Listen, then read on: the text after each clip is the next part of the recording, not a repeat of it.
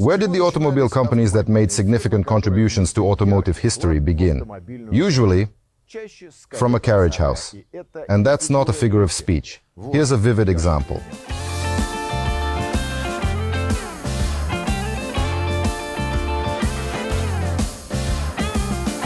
The retro gallery of the restaurant Le Kalin of the restoration workshop, Kamishmash, never ceases to please. 1911, Lorraine Dietrich Torpédo, in the condition it survived to this day, without any restoration measures. Sure, it has been serviced, patched up a bit and gently cared for, but that's pretty much it.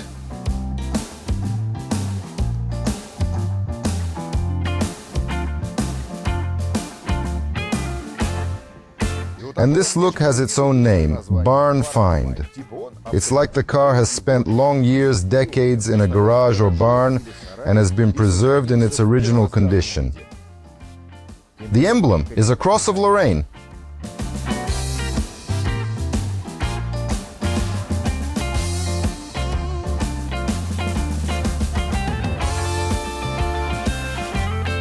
Why Lorraine? Firstly, let's talk about the barn. The company that produced Lorraine Dietrich was founded in 1684th year by a blacksmith Jean Dietrich in Alsace. His grandson, also Jean Dietrich, expanded the business and opened a network of blacksmiths in Lorraine, among other places, for which he received the title of Baron de Dietrich from Louis XV. And their descendant, already naturally a baron, Eugène de Dietrich, in the 19th century, forged rails, wagons and other very necessary stuff.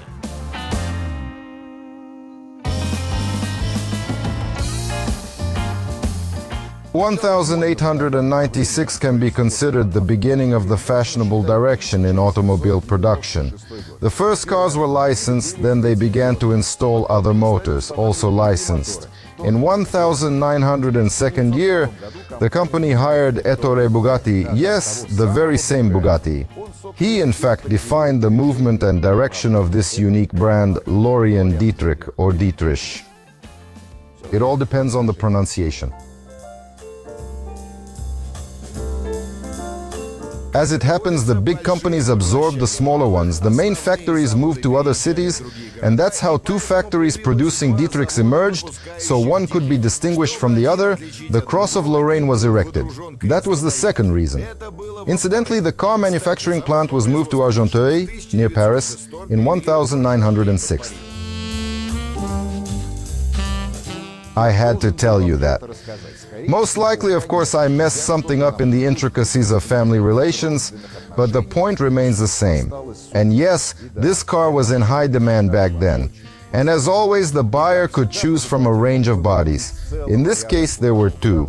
One is this, and the other one of something else. The history is silent about it. And it was possible to buy only the chassis, engine with hood, frame and suspension, and the body itself could be ordered in the bodywork studio.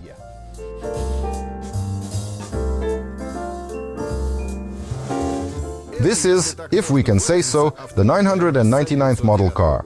At that time, the company revised its model range, speaking in a modern way. It incorporated all the best technologies it was able to get from a number of acquired companies. Italian Isotta Francini, English Ariel Morse Limited.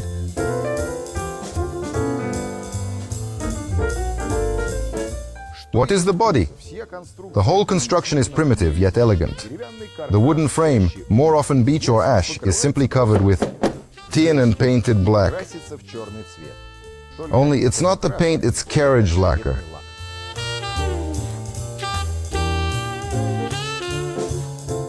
In the body, all elements served one purpose: strength. Accordingly, even the seatbacks were a part of fuselage frame. I agree, not quite accurate, but it sounds beautiful. In short, a carriage. Bodywork Studio. Jose and Percy. Pardon my French, it's written everywhere, even on the running boards. But the most popular studio that made bodies for the Lorraine Dietrichs was called Cockshot. Cock-shot. Gentlemen, be quiet. This is just a clearing. In the woods, where hunters stand when they hunt woodcock.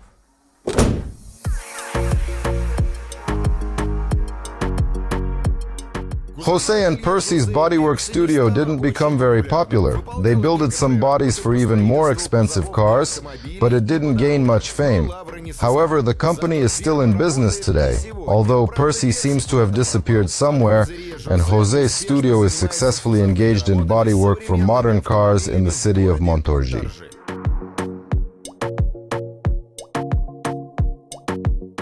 It's an interesting solution for the roof. You can lower only the front part, the rear part remains. You can raise the front part, lower the rear part, you can lower the whole thing. Comfort. When it comes to suspension, nothing extraordinary, again. Dietrich tried to create an independent front suspension for racing, but the usual one proved to be more reliable and practical. In the front, there is a pivot beam, which requires greasing, and of course leaf springs, whose ends are placed quite far apart. And on the right side, you will find the steering gear with the spring dampers.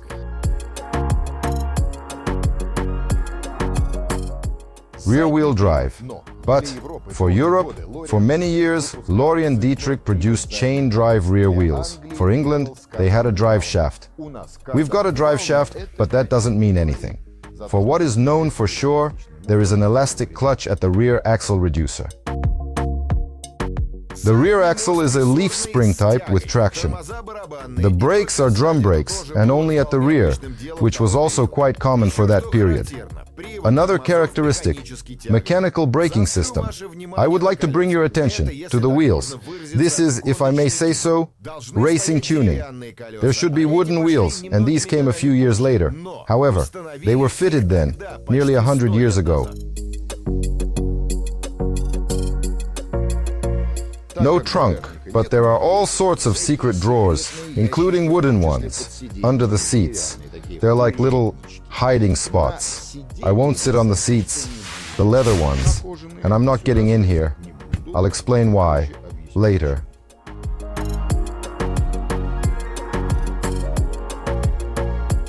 But what about the lights? For example, the Benar carbide unit. They supplied their products to practically all automobile manufacturers, but headlights are from Blériot. Pardon my French, it's like with Peugeot, so many unnecessary letters. And so, they're carbide. Remember when you were a kid, you take a piece of carbide, throw it in a puddle, and then light the gas? It's pretty much the same thing here. You put carbide in here, water goes in there. You screw this thing on and that's it. It produces gas.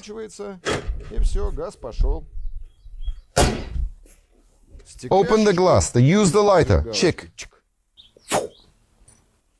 Let there be light. And these are ordinary kerosene lamps made by only God knows who. This is where you pour the kerosene in. A wick. You light a candle with a spring, like in a battery, so that it's gently pressed down. You put it in, and we're off. If you think that's where it ends, end of all. The complexities of running a car. Let's open the hood now.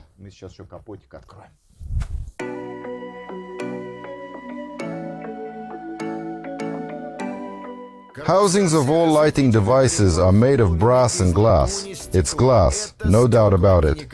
In reality, their capacity was only enough to see you, not the road. Acetylene gas lamps shone a little brighter, but they were not used here. The hood, and underneath it, incomprehensible wonder. Legend has it that Ettore Bugatti had a hand in its creation. But that's not certain. And here's why. The Dietrich archives practically didn't remain. So how can you find the truth? You can't.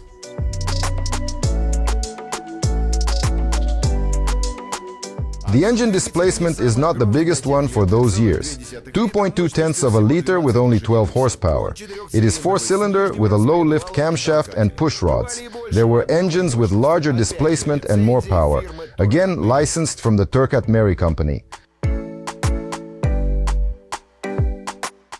It's primitive but interesting. It's thermosiphon cooling system. Hot water goes up, cools down, and then goes down. There's no pump. You see these little funnels here? On the one hand, you can blow out spark plugs, but primarily they are designed to add a bit of gasoline here before starting the engine. Let's go to the other side. There's something there too.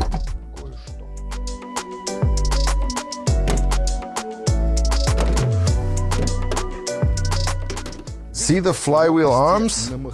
And underneath the engine there is an aerodynamic cover. When the flywheel spins, it pulls air from under the hood, thus providing additional cooling for both the engine and the gearbox. This is the gas tank.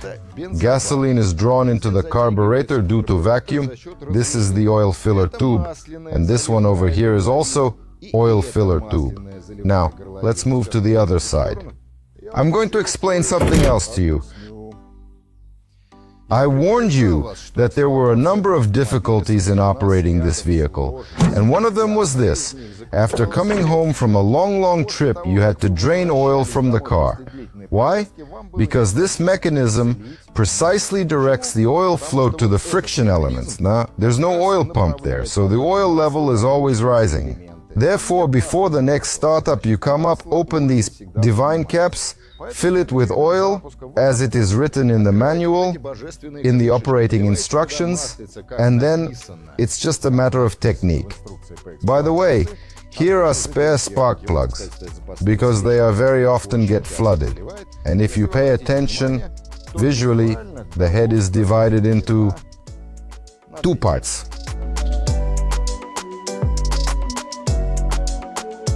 Originally, they were produced in pairs. Along the way, Dietrich also made airplane engines, and inline engines, V-type engines, and W-type engines. And the cylinder heads could be paired with internal stuffing and valve mechanism.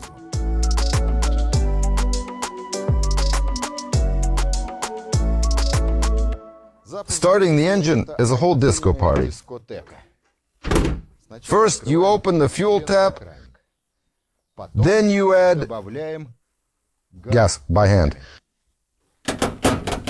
Now, mind you, this is a drip feed lubrication mechanism. There's oil just bubbling around in the engine, and in order to grease friction parts, you put the droplets out and it delivers oil to, say, the crankshaft, the camshaft. That's what makes it overflow.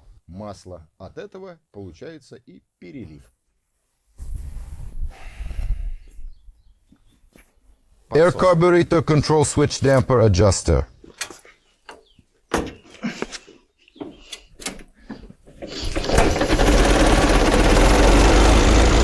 Thanks for not being a ZIL.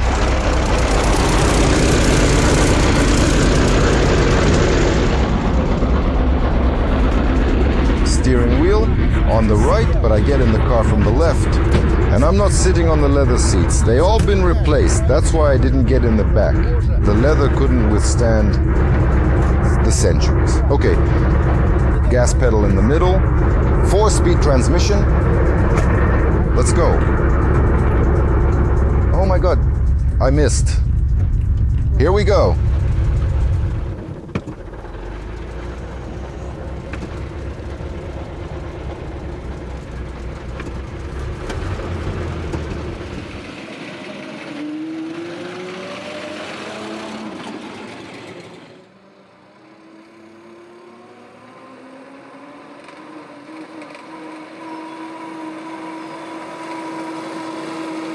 A rumbling, smoke-emitting carriage.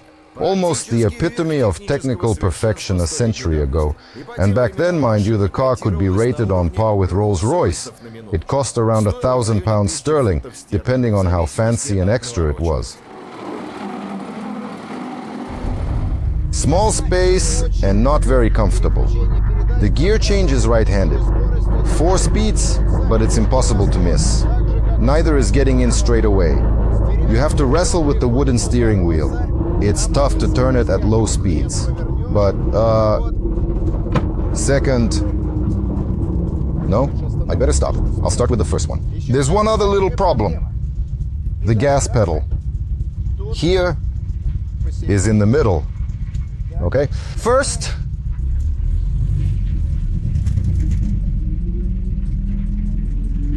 And off we go. Did you notice? There's no windshield wiper. And if it rains, it's all very well thought out. Here you are.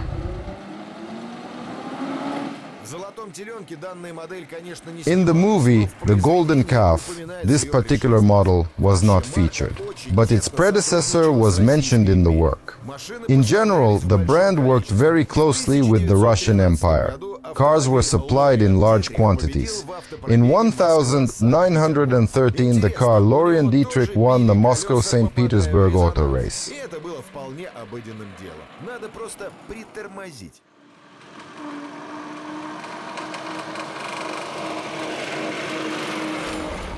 We won't drive it for too long, out of respect for the car's age and to save the nerves of the restorers, but I will say one thing, it's a light and pleasant car. And how does it squeak? Everything here is creaking and humming.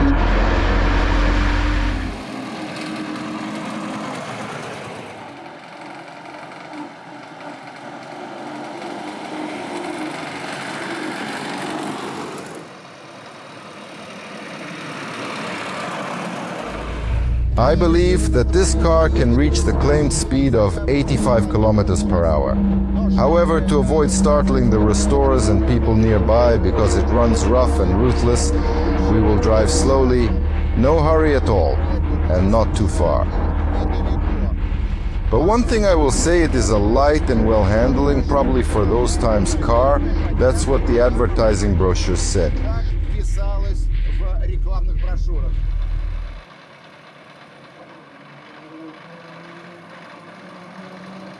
Lorraine Dietrich, a company that was constantly participating in European races, earned its fame by winning them. The reliability and simplicity of the design of the first cars was at the highest level. By the way, in the 1920s, the USSR purchased engines for R-3 airplanes from this company. The weight of the car is 1,100 kilograms. A lightweight car, very light. However, in 1935, the production of cars was halted due to sales problems. But what is interesting, the company Dietrich is still alive and produces heating equipment. History. Today, I have repeatedly drawn your attention to the word license. Competently compiled advanced technologies with the addition of their own originality, this is sometimes the right path of development. I hope I'll be heard. Well, the hunt continues.